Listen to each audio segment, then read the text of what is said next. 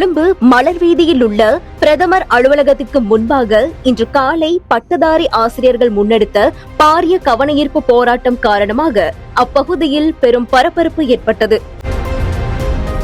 மேல் மற்றும் தென் மாகாணங்களை சேர்ந்த பட்டதாரி ஆசிரியர்கள் ஒன்றிணைந்து இந்த போராட்டத்தை முன்னெடுத்தனர். 2023 ஆண்டு நடத்தப்பட்ட மேல் மாகாண ஆசிரியர் போட்டி பரீட்சையில் சித்தியடைந்தும் கடந்த 2 வருடங்களாக தமக்குரிய நியமனங்கள் வழங்கப்படாமல் இழுத்தடிக்கப்படுவதை கண்டித்து இவர்கள் போராட்டத்தில் ஈடுபட்டனர். தமக்குரிய வெற்றிடங்களை மறைத்து புதிய வர்த்தமானி அறிவித்தல்கள் ஊடாக அந்த இடங்களை நிரப்ப அதிகாரிகள் முயற்சிப்பதாக போராட்டக்காரர்கள் இதன்போது குற்றம் சாட்டினர். அத்துடன் தென் மாகாணத்தில் நிலவும் 704 ஆசிரியர் வெற்றிடங்களை உடனடியாக நிரப்ப வேண்டும் எனவும் ஆசிரியர் பற்றாக்குறையினால் மாணவர்களின் கல்வி பாதிக்கப்படுவதையும் அவர்கள் சுட்டிக்காட்டினர்.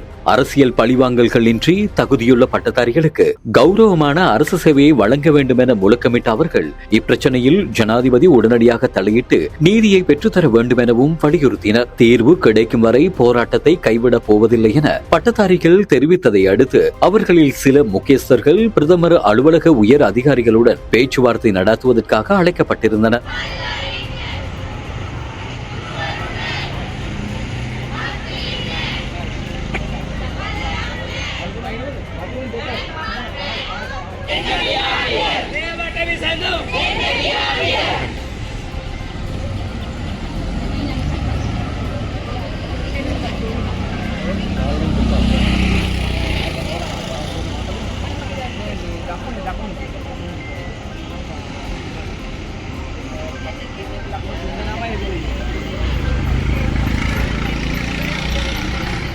உறுதிப்படுத்தப்பட்ட உண்மை செய்திகளை உடனுக்குடன் தெரிந்து கொள்ள ஆயுள் மீடியாவை ஃபாலோ செய்யுங்கள்.